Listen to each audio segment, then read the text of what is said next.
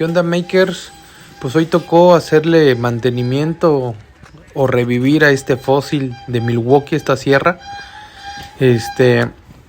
Ya que ha estado como unos 5000 años fosilizada. Vamos a proceder a desarmarla totalmente, quitarle el polvo, limpiar los plásticos, darle su engrasada, limpiar lo que se pueda.